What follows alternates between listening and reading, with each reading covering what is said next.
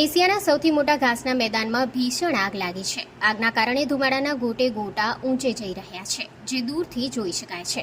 આગ એટલી ભયાનક છે કે આગની જ્વાળાઓ દૂરથી દેખાઈ રહી છે. કચ્છના બંને વિસ્તારમાં આવેલા એશિયાના સૌથી મોટા ઘાસના મેદાનમાં આ ભયાનક આગ લાગી છે. તમને જણાવી દઈએ કે ઉનાળાની ઋતુમાં પ્રાણીઓ આ વિસ્તારમાં ઘાસ ચરવા આવતા હોય છે. આવી સ્થિતિમાં આ આગ પ્રાણીઓ માટે ખૂબ જ નુકસાનકારક સાબિત થશે. ઘાસના મેદાનોને નુકસાન. વાસ્તવમાં કચ્છના બંને વિસ્તારમાં એશિયામાં સૌથી મોટું બન્ની ઘાસનું મેદાન છે. અહીં પ્રાણીઓ માટે શ્રેષ્ઠ ઘાસ છે. બંને વિસ્તારમાં મોટાભાગના લોકો પશુપાલન વ્યવસાય સાથે સંકળાયેલા છે. આ કારણે જ્યારે શ્રીમંત લોકો પ્રાણીઓને ચરાવવા મોકલે છે, ત્યારે તેઓ ખોરાક અને ચા બનાવતી વખતે તેમને આગ લગાડે છે. આ કારણોસર ઘાસના મેદાનમાં આગ લાગી છે. આગના આવા અનેક બનાવો પ્રકાશમાં આવતા રહે છે. આગ લાગે ત્યારે ફાયર ફાઇટર પણ આ વિસ્તારોમાં પહોંચી શકતા નથી, જેના કારણે ઘાસને ખરાબ રીતે નુકસાન થાય છે.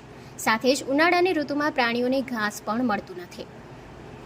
પશુઓ માટે ઘાસચારાની અછત છે અને કચ્છના ભુજ તાલુકાના બંને વિસ્તારમાં ફાયર ફાઇટરોની અછત છે, જેના કારણે આગના સમયે ઘાસના મેદાનમાં ફાયરની ટીમ પહોંચી શકતી નથી, જેના કારણે ઘાસના મેદાનોમાં ઘાસ બળીને નાશ પામે છે.